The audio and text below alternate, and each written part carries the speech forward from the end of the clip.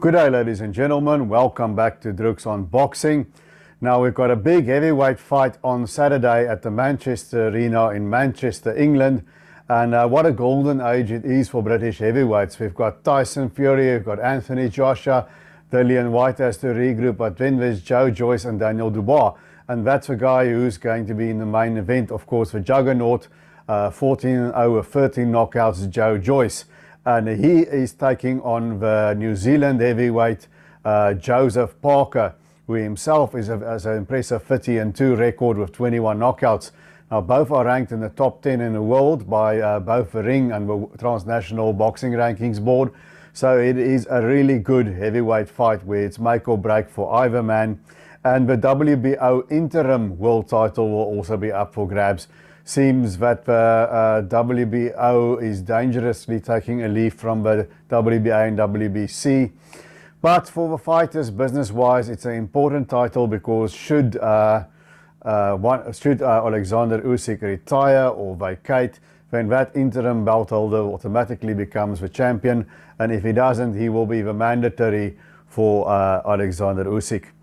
Now, who is going to win this fight? It's a busy weekend. We've got Shakur Stevenson going up against Robinson Fonseca. But I do think this is a fight that is the hardest, for me at least, to pick. Because in Joyce, we've got an undefeated guy. Many people favoured Daniel Dubois to beat him, including myself. But Joyce surprised everybody and he stopped Daniel Dubois. And since then, he's kept winning, but he's also shown vulnerabilities. He stopped Carlos Takam, but only after eating a lot of flush right hands. And maybe the stoppage was a little bit premature there in that fight, I think. But I think he would have overwhelmed Takam anyway. And he also stopped usually durable Christian Hammer.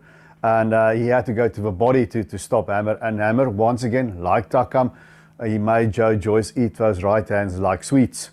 Now, Joyce, what does he have? He's a big heavyweight. And how he's different to a lot of other heavyweights, he's got a really big gas tank. He doesn't tire and he punches at a high clip, hence the nickname of Juggernaut. He keeps on coming forward and he keeps throwing punches. He's almost to me like a poor man's George Foreman, not quite the heavy hands, as heavy as George used to have, but he's got a better work rate. It's like a George Foreman, but throws more punches and not quite as heavy hands, but still pretty heavy. He stopped all but one of his foes in his 14-fight pro career. Olympic silver medalist. And then we look at Joseph Parker. Now, can he exploit the weaknesses of Joyce? Because Joyce, he says his head movement is okay. I disagree. He doesn't move his head much and he takes punches. But lucky for Joyce, he's got a very good chin. Now, Joseph Parker, I think, is a better athlete. He's more fluid. He's a better boxer. He's more of a boxer puncher. And the thing about Joseph Parker, he has that potential, he has that talent. But his two losses in 2018, he lost to Anthony Joshua on points. No disgrace, I think he was the first guy to take Anthony Joshua over distance, was then riding high. And then he lost to Dillian Whyte on points after nearly stopping Dillian Whyte in the last round. And I think in both those fights, Parker must kick himself because I think the referee didn't let him fight much on the inside against Anthony Joshua, but I think he should just really fought with more confidence and gone for it. You know, I think Joyce, he won the WBO title in a very close decision against Andy Ruiz. It looks better in retrospect. There are some people who thought he didn't do enough to win, but for me it was a close fight that could have gone either way, so I don't have a problem with Joseph Parker winning that one. But since then he's been very underwhelming, you know. Razvan Kohanu in his title reign, Hughie Fury. I expected a little more against Anthony Joshua and Dillian Whyte. And after that he won, but in his last two fights, a split decision against Derek Chisora. Took a knee in the first round, took a flash knockdown. I think he was more caught by surprise against Chisora. And then in the rematch he won it clearly, put Chisora down a total of 3 times. Once when the ropes held him up. But he still settled for a points win. Now, not many people knocks out Derek Chisora. David Haye turned the trick and Dillian Whyte a one-punch KO in a rematch. So you can't hold that too much against Joseph Parker. But I've got the feeling, talent-wise, Joseph Parker can outbox and outmaneuver Joyce all night long. But historically, Joseph Parker has not been able to put it together for 12 rounds running. He puts moments together and then he fades a little bit, or he's a little bit too safety first. Now, for Parker to beat Joe Joyce, he's going to find Joe Joyce with his right, just like Takam did, just like Christian Hammer did. So he's not going to have trouble hitting Joe Joyce. Joyce sort of comes forward behind this high guard. He cuts the ring off quite better than people give him credit for, I think.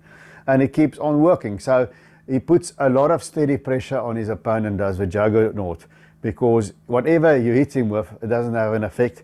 And he keeps punching you. And he has good timing. Because Parker is a quicker guy. How do you beat speed? You beat it by superior timing. And Joe Joyce does have that timing. So I've gone this way and that way in this fight. Now you've got to remember we're fighting in the UK. It's hometown advantage for Joe Joyce. And the thing is, can Parker get a decision there with the judges if things are close? It's kind of reverse of his fight against Andy Ruiz. And I think it's going to be a competitive fight. I think it is a nice blend of styles. And I also think that in the end, I'm going to go with a more consistent guy. And I think that guy is Joe Joyce. So I think Parker will get off to a good start. He'll bounce punches off Joe Joyce, but Joyce is going to keep coming. I think if Parker couldn't put away Derek Chisora, and if he couldn't, we know now Andy Ruiz has a very good chin, but if he battled with Hughie Fury, Razvan Kohanu, I don't think he's going to be able to really hurt Joe Joyce. The only way he's going to do it is by throwing combinations. So for Parker, he needs to throw 2-3 punches at a time, move, step around Joyce, and fight according to a strict game plan, and box and concentrate for 12 rounds. And I think he'll do it for some of the rounds. I don't think he can do it for all of the rounds. I think it's going to be another sort of fight where there's, like the Sivenati Nonchinga fight, 6 rounds apiece and a knockdown. And I think that knockdown might be courtesy of Joe Joyce late. And I expect Joe Joyce to win a close, maybe a split decision, maybe a slightly controversial decision.